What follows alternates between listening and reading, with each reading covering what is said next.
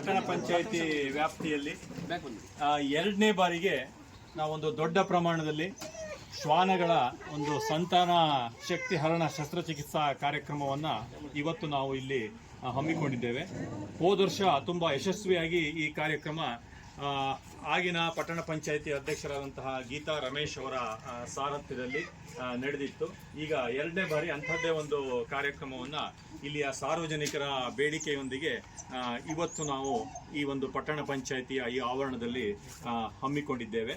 ಈ ಒಂದು ಕಾರ್ಯಕ್ರಮವನ್ನು ನಾವು ಇದೀಗ ಪ್ರಾರಂಭಿಸ್ತಾ ಇದ್ದೀವಿ. ಯಾಕೆಂತ ಹೇಳಿದರೆ ಒಂದು ಅಂಕಿಅಂಶ ಹೇಳುತ್ತೆ, 2024ರಲ್ಲಿ ಜನವರಿಯಿಂದ ಡಿಸೆಂಬರ್ವರೆಗೆ ನಮ್ಮ ಕರ್ನಾಟಕ ರಾಜ್ಯದಲ್ಲಾದಂತಹ ನಾಯಿ ಕಡಿತಗಳ ಪ್ರಕರಣಗಳ ಸಂಖ್ಯೆ 3,52,000. ಇದು ದಾಖಲಾದಂತಹ ನಾಯಿ ಕಡಿತದ ಪ್ರಕರಣಗಳು 12 ತಿಂಗಳಲ್ಲಿ ಹೋದ ವರ್ಷ 2024ರಲ್ಲಿ ಆಗಿದ್ದು, ಈಗ ಜನವರಿ ಮತ್ತು ಫೆಬ್ರವರಿ 2 ತಿಂಗಳಲ್ಲೇ 66,000 ನಾಯಿ ಕಡಿತ ಪ್ರಕರಣಗಳು ಈಗಾಗಲೇ ದಾಖಲಾಗಿವೆ. ಸುಮಾರು 8 ರೇಬಿಸ್ ಸಾವುಗಳು ಈ ಹಂತದಲ್ಲಿ ನಮ್ಮ ಕರ್ನಾಟಕದಲ್ಲಿ ಆಗಿದೆ ಅಂತೇಳಿ ನಮ್ಮ ಆರೋಗ್ಯ ಇಲಾಖೆಯ ಮಾಹಿತಿ ನಮಗೆ ತಿಳಿಸ್ತದೆ. ಇಂಥ ಒಂದು ಸಂದರ್ಭದಲ್ಲಿ ಶ್ವಾನಗಳ ಸಂಖ್ಯೆಯನ್ನು ಕಡಿಮೆ ಮಾಡಲೇಬೇಕಾದಂತಹ ಹೊಣೆಗಾರಿಕೆ ಅದು ಎಲ್ಲ ಇಲಾಖೆಗಳ ಮೇಲೆ ಮತ್ತು ಸಾರ್ವಜನಿಕರ ಮೇಲೆ ಇರೋದ್ರಿಂದ ಇದಕ್ಕಿರ್ತಕ್ಕಂತಹ ಒಂದೇ ಒಂದು ಪರಿಹಾರದ ಮಾರ್ಗ ಅಂತ ಹೇಳಿದ್ರೆ ನಾಯಿಗಳಲ್ಲಿ ಈ ರೀತಿಯ ಒಂದು ಸಂತಾನಹರಣ ಒಂದು ಸಾಮರ್ಥ್ಯವನ್ನು ನಾವು ಕಡಿಮೆಗೊಳಿಸುವುದು ಒಂದೇ ನಮಗೆ ಪರಿಹಾರದ ಮಾರ್ಗವಾದ್ದರಿಂದ ಇವತ್ತು ಈ ಕಾರ್ಯಕ್ರಮವನ್ನು ಇಲ್ಲಿ